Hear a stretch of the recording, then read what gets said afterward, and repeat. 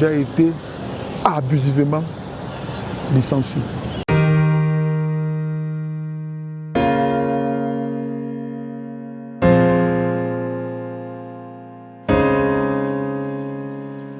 Les yeux rivés vers Mbala 2, cet ancien chef de service du fichier à la Cameroun Radio Television CATV rêve de regagner son travail.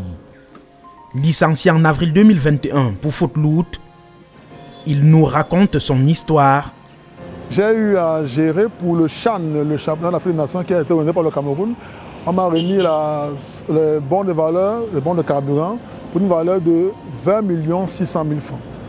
Alors, lors d'un contrôle engagé par mon chef de département, j'ai eu un manquant de 1 500 000. Alors, dans notre entretien verbal, il m'a demandé de quoi pourrait venir ce manquant. Je lui ai dit effectivement, ça doit être un manquant dû au fait que nous travaillons d'abord premièrement très tard. Suivront une demande d'explication, une convocation au conseil de discipline et une semaine plus tard, le chef-service est notifié de son licenciement. Nous avons rencontré, sur autorisation du directeur général de la CATV, son ancien chef au département de la comptabilité matière, entre-temps muté à la CMCA.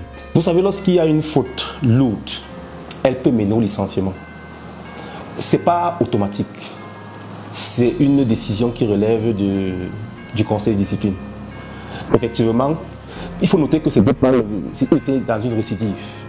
Parce que, avant moi, mon prédécesseur lui réclamait également certains carburants non justifiés.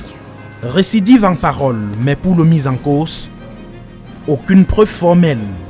Chez nous, les comptables, quand on parle de faute lourde, comme c'est écrit dans la décision, la faute lourde peut intervenir après un audit interne ou alors après un contrôle d'audit qui doit prendre des documents comptables, les confronter et voir si dans vos documents à vous, il n'y a pas eu de cas de ce genre. Il n'y a rien de tout ça. Les recrutements et les licenciements sont faits avec l'autorisation ou la résolution du conseil d'administration. Dans mon cas, toutes ces lois et règlements n'ont jamais été respectés par la CATV et mon délai de licenciement après le conseil de discipline est abattu tous les recours à la CATV. Et sur le dernier cas, la loi de 2017 portant statut général des entreprises publiques et l'article 30 du statut du personnel de la CATV stipule que le recrutement et le licenciement du personnel sont autorisés par le conseil d'administration. On a fait un recours gracieux. J'ai été licencié le 8 avril. Le recours gracieux a été déposé contre accusé de réception le 21 avril 2021. À notre grande surprise, il y a eu un silence du côté de la CATV. Et c'est quelques mois après que j'ai appris par les services du ministre de la Communication, le PSA de la CATV, que j'aurais été licencié avec une résolution signée cette fois-là le 25 juin 2021. Ce qui est encore plus grave, parce qu'il s'agit déjà d'un faux qui ne dit pas son nom. Cédric n'a jamais été notifié de cette résolution du conseil d'administration. Et pour son chef, seul le service juridique peut expliquer c'est un mécanisme. Je ne sais pas. Ce n'est pas de mon ressort en réalité. Je me suis limité à ce qui était de mon ressort. J'en ai discuté avec le service des affaires juridiques.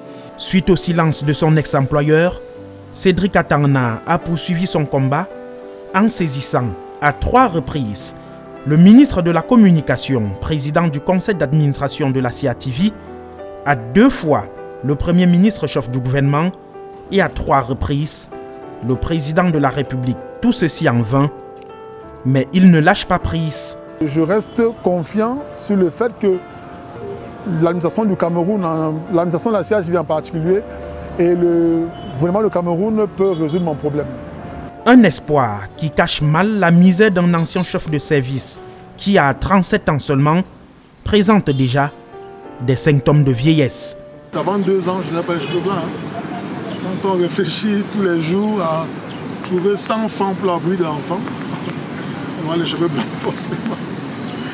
C'est dans cette chambrette, quelque part à Yaoundé, que le chef de famille, son épouse et ses 3 enfants ont trouvé refuge face à la vie dure, sans revenu.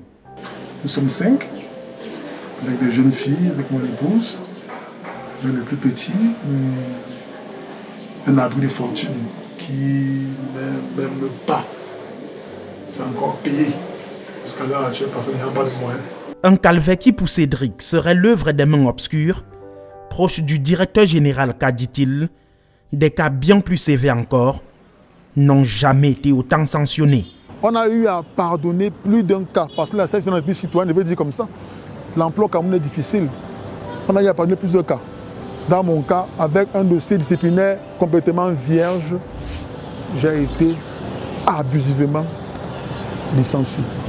Son ancien chef en est un exemple contraire. On a cassé mon bureau, on a cassé mon coffre, on a porté le deuxième.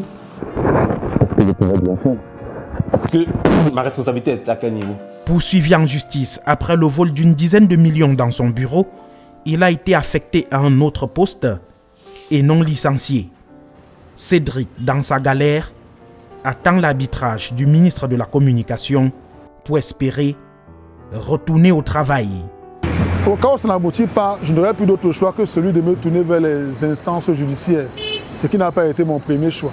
Parce que je compte non seulement me battre pour ce que j'estime être mes droits, mais aussi je compte laver mon honneur. Un honneur bafoué, une dignité salie chez plusieurs autres employés de la Cameroun Radio Television, parfois sous silence, en plein cœur de la nation.